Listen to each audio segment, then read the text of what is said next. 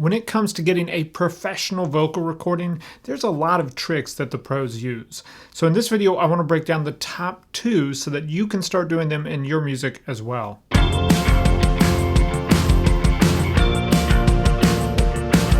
Welcome back to the Band Guide, where we use GarageBand to create professional sounding music. I'm your band guy, Colin, and today we're all about vocals again.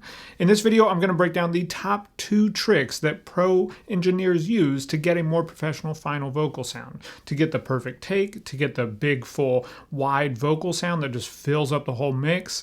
There's a few tricks under their sleeve, and the amazing thing is you can do them all at home too. There's no pro studio equipment necessary to do this. It's more about employing these tricks in the right and creative ways.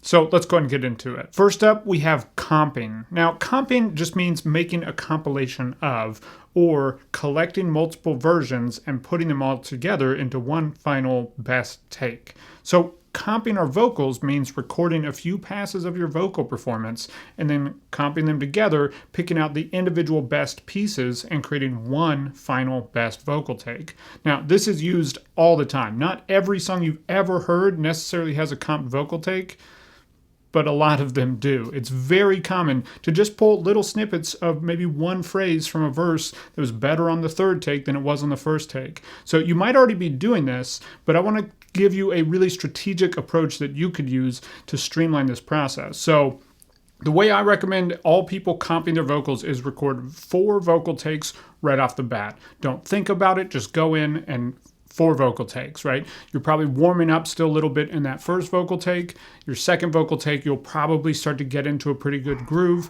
A lot of times around the third vocal take, you're really going to find your footing and you're going to get a great take. And then sometimes in that fourth vocal take, you'll have some of the best moments because you'll be a little bit freer. But sometimes you actually will find that those earlier vocal takes will have a little bit of that raw energy that you might be going for. So 4 takes has been my sweet spot.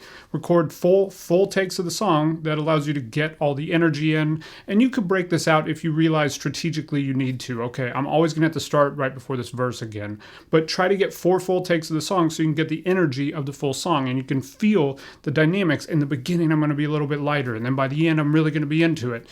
And I also recommend with this, as you're going into your second and third and fourth take, try to have little time coming out of your last take going into the next one. That way you can get that energy of that warmed up vocal into your very first verse. Now, it makes sense a lot of times for your song to evolve over time, but at the same time, having that fully warmed up, high energy vocal early on in the song, or at least that really controlled, contained vocal performance early on in the song, is gonna help the listeners engage a little bit better with your music. So once you have these 4 takes, then it's very, very simple. Just solo each of the takes and listen through phrase by phrase. Do I like this one best, or this one best? And then create a whole fresh track and copy each individual section up to that fresh track. What you'll often find is you will likely have a whole phrase that's best from one of the vocal takes, but then there might be a phrase or a word or just a little area here or there that works better or you like more from one of the other takes. And then once you have that full comp take, if there's any words or phrases or lines that are a little bit off to you still, then just go in and record just that comp take. So once you've put together an entire comp take, you'll likely only need maybe 1 or 2 phrases or lines to be resung, and then you can just go and attack that one thing. Now, for our second trick, we're layering vocals, and this is how you get that big, full, wide vocal sound. Now, there's kind of 3 approaches and 3 different ways that you could use this in your song. Some songs you might have 1 of these approaches, some songs you might have 2 or all 3, but you'll likely want to use at least 1 of these techniques in your music if you want a big, wide, full vocal sound, at least in the big moments of your song. So when it comes to layering your vocals, the first way we can do it is with unison vocals, and this is just a vocal that is intentionally trying to match the lead vocal line as closely as possible in melody and in timing. So I typically would go for my unison layers after I put together that comp take. So I'll do my lead vocal line, get that perfect comp take, and then I'll go back and I'll record a few unison takes trying to match it. Now, you don't necessarily need to do this throughout the song. Some songs do have multiple layers of the vocal throughout the entire song. So listen to some of your favorite songs and try to determine, is that just 1 vocal or 2 vocals, or am I hearing 3 or 4 vocals there? But it's very common for there to be at least 4 vocals in total in the chorus. So in the chorus on most any song, you have your main lead vocal, and then you have a left and a right double in unison. So if you ever hear me say double, I'm referring to a unison vocal. So you have a left and a right double, and then you have a center double. So 4 versions of the exact same vocal that are just panned throughout the stereo field. This gives it that big, full, wide sound. But the key here is to get as close as you possibly can in the notes and in the performance, the timing of the performance. So it's really, really key here that you're locking into that lead vocal on each of these. So typically what I do is I just record one at a time and I mute the other 2 or 3, even if you've recorded them, and just focus in on the one you're recording and the lead vocal. Okay? And then pan them, at least in the chorus, left, far left, right, and center. But you can play with this at other times too. It's very common for me as the song starts to build up, they'll add in that center double. That just helps that lead vocal have a little bit more body. And if you mix it in subtly, you're never going to notice as a listener, but it's just going to help that vocal feel a little bit fuller in those moments. And then when you get to that big chorus, you have that big pop of wide vocal sound. Okay, the second approach that you can take for layering your vocals is harmonies. Now, harmonies are a little bit harder to pull off because you have to figure out what the right notes are. Just think around a chord, right? So what other notes are in the chord that's going behind me in the song right now? And build your harmonies around that. Now, you can be very creative with how you approach your harmonies. There's a few different ways. One of my favorite ways is to have a low vocal in the center. So it could be an octave below or anything lower than the lead vocal. And then I might have a higher harmony in the left ear and an even higher harmony in the right ear, or I might have one of each in both ears, or I might just have one set of harmonies. So you can play around with this however you want and just get creative with it. And these can come in the chorus, or you could just have the second half of the verse have a harmony that comes in just center or just off to the right or wherever you want it. Play around with those kinds of pieces until you get something that feels really creative and moves your song forward. So that's your second type. And then our third type is gang vocals. Now, gang vocals are the thing that gives it that sound of a whole bunch of people singing. This isn't necessarily a choir sound. That's not what I'm talking about here. A gang vocal sound is just a group. So kind of like people at a concert all singing together. Now, there's a few different ways you can approach this. The best way is obviously to get a bunch of people together and have them all sing your song, and then get 4 or 5 or 6 takes of that. So you can pan them in the left and the right and center and a half left and half right and a couple more in the center and a couple more out, all throughout the stereo field, right? Left to right. This is probably backwards to you, right? And that's probably right. This is left, but for me, left, right. And move them around, put them all throughout the stereo field. That gives you this huge sound, like there's so many people singing. But you might not be able to get 10 or 15 friends together, or even 5 friends together. But you can do this with just yourself, which we'll talk about in a second, or just one other friend. If you just have one other person and you just sing from different points in the room, further away from the mic, closer to the mic, not necessarily trying to nail the vocal performance, but getting it close, but having some of that variation where it's not a perfect vocal take, that's going to give you that crowd sound. So you don't want to be so off that you're throwing things out of the key of the song or anything, but not worrying about being perfect and having some variation.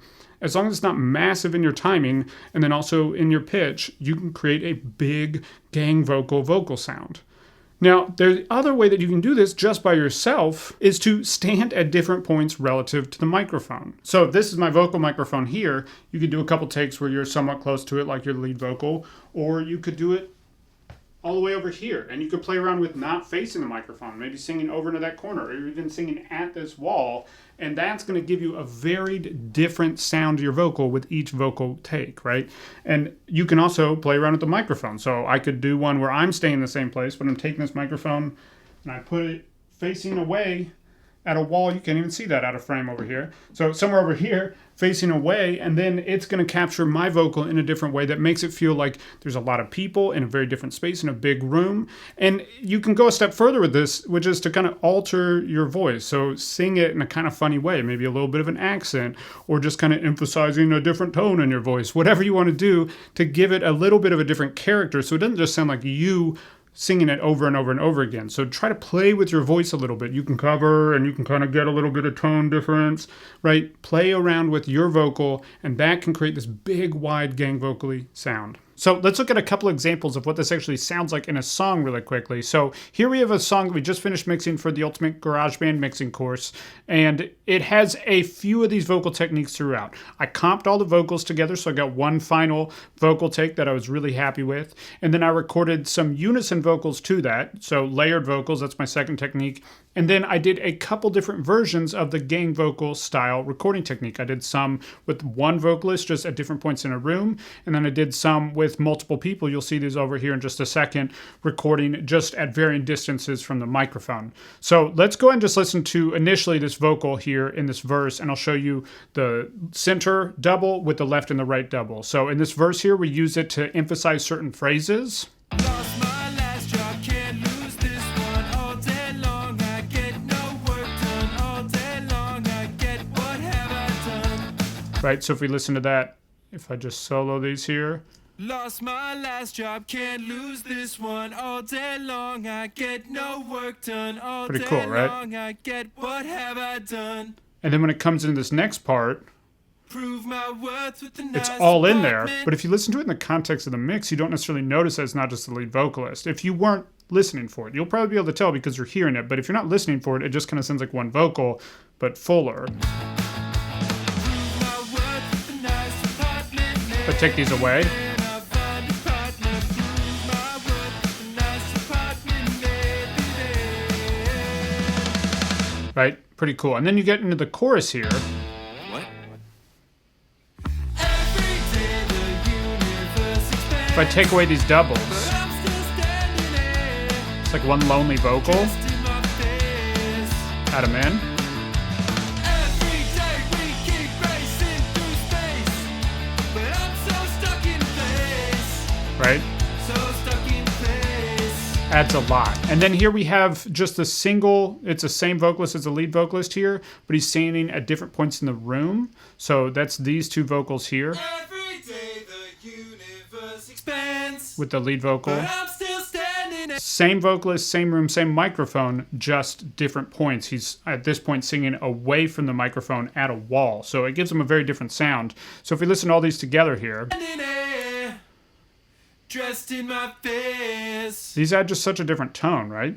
Every day we keep racing through space. So if we listen in the context of the mix here, Every day the if I take these away, expands, but I'm still standing there, add them in, dressed in my face. take them away.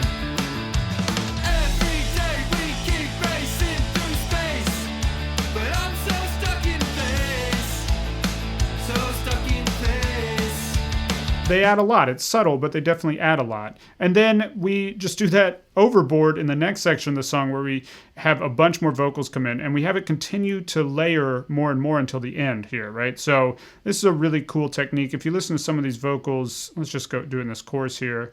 So here we have his two vocals, Every day right? Just like you just heard. But then we have, in this case, I took two people singing together and I changed who was closer to the microphone and then how far away they were from the microphone. So this is one take of that here. every day the universe And then we have expands, another but I'm still one in the right ear, standing there, another in the center, dressed in my face. hand halfway. Every day we keep racing through space. So when we get to this part of the song, Every day the universe expands, but I'm still if I take them away, dressed in my face. Every day we keep racing through space, but I'm still stuck in place, so stuck in place. and if we were to go a step further and take away the unison doubles as well, the lead vocal sounds like this, or the vocals in general sound like this. Every day the universe expands, Add them in. but I'm still stranded here, dressed in my face. It's a little bit better, right? Pretty cool. Pretty cool, right? Okay, so we have two main tricks here. Our first is to comp our lead vocal into one perfect take. Our second trick is to layer our vocals. And with that, we can use unison vocals and you can pan them at different places throughout your song to make sure it evolves over time. And then we have harmonies. So this could be anything lower or higher than the lead vocal line. I love, as I said, a nice low harmony in the center, and then a higher in the left and a higher in the right ear. That just gives you a big width and full sound. I love it. Okay. And then our third is gang vocals. And this could be with a group of friends and you're all just singing your song over and over again, often done in the choruses, but it could be any line you want to emphasize and you get that big group of people sound. Or this could be you and one other person, or it could be just you alone in your room with the microphone in different positions and varying your voice. And let me just say, any gang vocal take is going to sound a little bit better and have a little bit more space if you play with the microphone placement in terms of people around it. So you're either moving around the microphone or you're moving the microphone around in the space a little bit. And getting some variation there is going to give you a bigger sense of space in your final version. Okay, so which one of these have you tried already and which one are you going to try next? Let me know in the comments below. And if you are working on getting a great pro vocal sound, then I want to give you something. I've put together a completely free pro vocal checklist that's all about how to mix your vocals to sound more professional. There's a link in the description below where you can grab it completely free. It just walks through the 6 steps when it comes to mixing vocals that you always should be at least thinking about, if not implementing in your mixes. If this video was helpful, be sure to like, comment, subscribe, and I'll see you next week with another video.